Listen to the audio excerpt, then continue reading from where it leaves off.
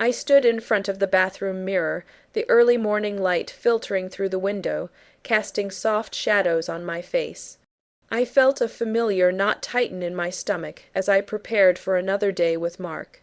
Our marriage had become a delicate dance of avoidance, each step taken with caution, as if we were both afraid to disturb the fragile silence that hung between us. The air was thick with unspoken words, and I could almost hear them echoing in my mind.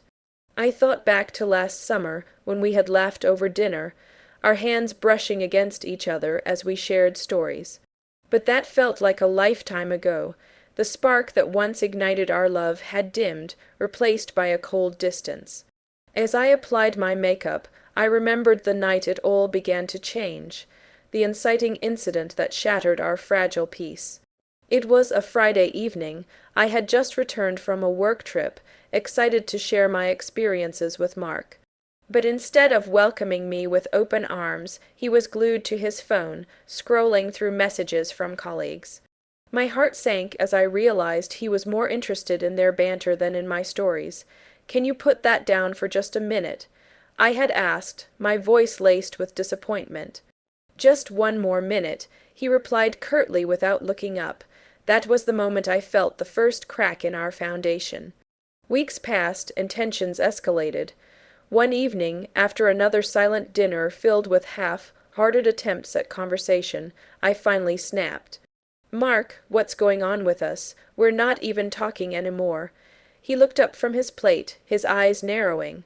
"What do you want me to say? You're always busy with your job. You don't even notice how much time we spend apart." His words hit me like a slap. My heart raced as anger surged through me. How could he blame me for working hard?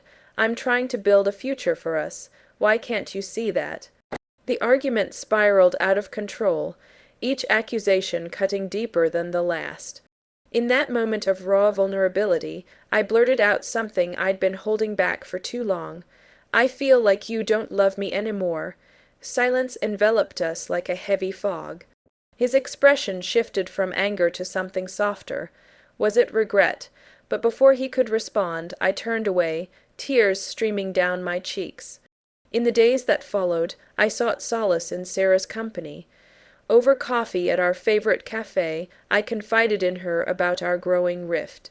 "I don't know how we got here," I admitted, my voice trembling. "I feel like we're drifting apart." Sarah reached across the table, her hand warm and reassuring. "Clara, sometimes people need to be reminded why they fell in love in the first place. Maybe you need to show him how much you care." But deep down, I feared it was too late. The climax came unexpectedly one rainy evening when Mark returned home late from work. The tension hung thick in the air as he entered the house soaked and shivering. I rushed to grab a towel but hesitated when I saw his face. He looked defeated. "I'm sorry," he said quietly as he dried off. "I've been distant because I didn't want to burden you with my insecurities." My heart softened at his admission. It was an emotional shift that caught me off guard. "Mark," I whispered, "we're supposed to share those burdens together." In an instant, everything changed. We stood there in the dim light of our living room, two people stripped bare of their defenses. As we talked late into the night, sharing fears and regrets we had kept hidden for too long, I felt hope begin to blossom again. But just as things seemed to be mending, an unexpected twist shattered my newfound optimism. Mark revealed he had received an offer for a job across the country, a dream opportunity he had been considering but hadn't mentioned until now. "Clara," he said softly, "I need time to think about it." The weight of his words settled heavily on my chest. This could mean separation not just physically, but emotionally too. My mind raced back to all those moments we had let slip away unacknowledged. As dawn broke over the horizon, illuminating our faces with soft light, I realized that this decision would define us. Either we would grow together or apart. In the end, Mark chose to take the job but promised to make our relationship work despite the distance. As painful as it was to watch him leave, there was also a sense of liberation. We both understood that love requires effort and vulnerability. The moral lesson became clear. True love thrives on communication and mutual support.